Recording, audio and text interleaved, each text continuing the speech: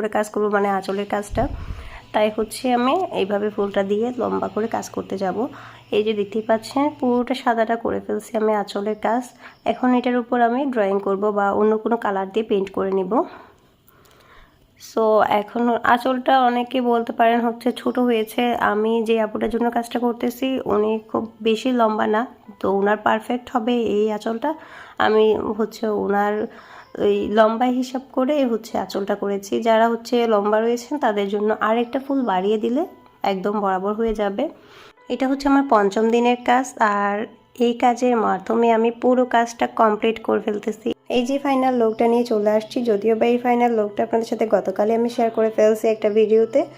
যাই হোক, আজকের এই পেইন্টিং শাড়িটা বা একটা ৩০০ টাকা দামের শাড়িকে এইভাবে রূপান্তর করাতে ১৬০০ টাকা দামের শাড়িতে পরিণত করার ভিডিওটা আপনাদের কেমন লেগেছে অবশ্যই কমেন্ট করে জানাবেন। আজকের মতো বিদায় নিচ্ছি, সবাই ভালো থাকবেন, আল্লাহ হাফেজ।